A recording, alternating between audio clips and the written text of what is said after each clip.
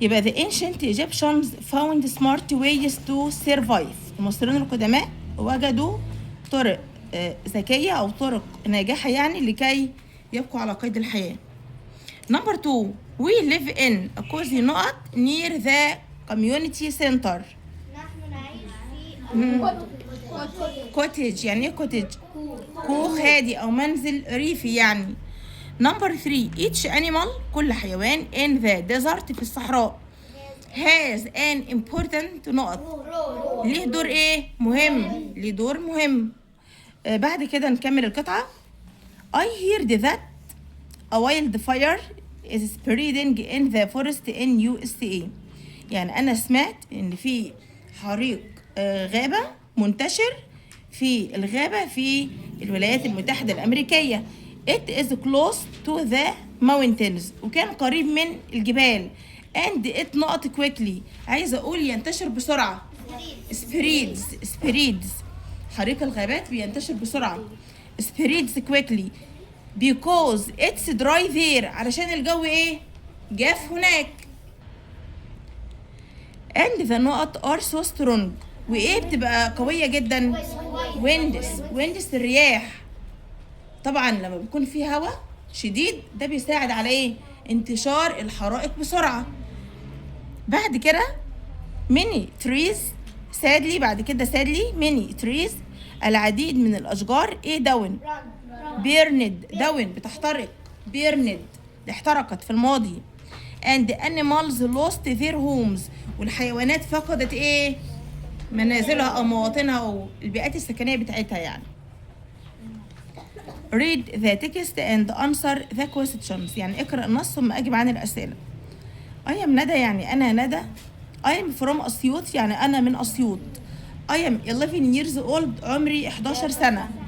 I am in primary 5 at school أنا في الصف الخامس الابتدائي في المدرسة. My school is near my house يعني مدرستي قريبة من منزلي. so لذلك I usually walk to school أنا عادة بمشي إلى المدرسة. My favorite subjects مواد المفضلة are English الإنجليزي and science الإنجليزي والعلوم. We have English every day يعني بناخد إنجليزي كل يوم but ولكن we have science on Saturday and Monday ولكن بناخد يعني مادة العلوم يوم السبت والاثنين. I always do my homework يعني أنا دائما بعمل واجبي المنزلي before dinner قبل العشاء. I usually watch TV يعني إيه؟ أنا عادة أشاهد التلفاز. I usually watch TV أنا عادة بشاهد التلفاز in the evening في المساء. then ثم sleep at 10 o'clock بنام الساعة 10 بالضبط. choose the right answer from A, B, C or D. ندى goes to bed at ندى بتذهب إلى النوم يعني أو الفراش الساعة كام؟ 10. الساعة 10. ندى is not girl يا ترى ندى دي بنت bad سيئة وحشة يعني ولا unhealthy غير صحية ولا good جيدة ولا weak ضعيفة؟ good. طيب أول سؤال في الأسئلة اللي بعد كده بيقول لي where is ندا's school. where يعني إيه سنة 5؟ where يعني إيه؟ أين؟ بتسأل عن؟ طيب أنا كده عايزة أعرف مكان المدرسة فين. بيقول لي أين توجد مدرسة ندى. يلا نشوف كده في القطعة. هنقول here school علشان احنا بنتكلم على ندى مدرستها يعني here school is near her house. برضو عندنا بدل ما نقول my house هنخليها ايه her house يعني مدرستها قريبة من منزلها. number 4 بيقول لي how does she go to school كيف تذهب إلى المدرسة. إجابة number 4 she walks to school. وفي طريقة تانية ممكن أقول إيه مثلا she goes to school on foot. بصوا كده لما يقول ان المدرسه قريبه من بيتها ويقول لكم في الاسئله هي بتذهب ازاي الى المدرسه هنقول on foot. هنكتب اول حاجه الجزئيه اللي موجوده في القطعه هنقول she walks to school. تمام يعني هي تمشي الى المدرسه she walks to school. الاجابه she usually يعني هي عاده walks to school بتذهب الى المدرسه.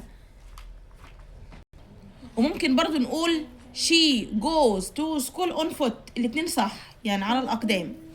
نمبر 5 summarize the text in one sentence. يعني لخص النص في جملة واحدة. ممكن أقول إيه؟ ندى is a good girl اللي جات لي في تشوز اختر. طيب الموضوع صعب عليكم، هناخد جملة من القطعة ونكتبها في النقط عادي مفيش أي مشكلة. You can go. أنت تستطيع أن تذهب on rides لركوب ألعاب في الملاهي at the theme park في حديقة الملاهي أو في الملاهي. the Nile مفيش طبعا هنا the Nile، ثواني كده.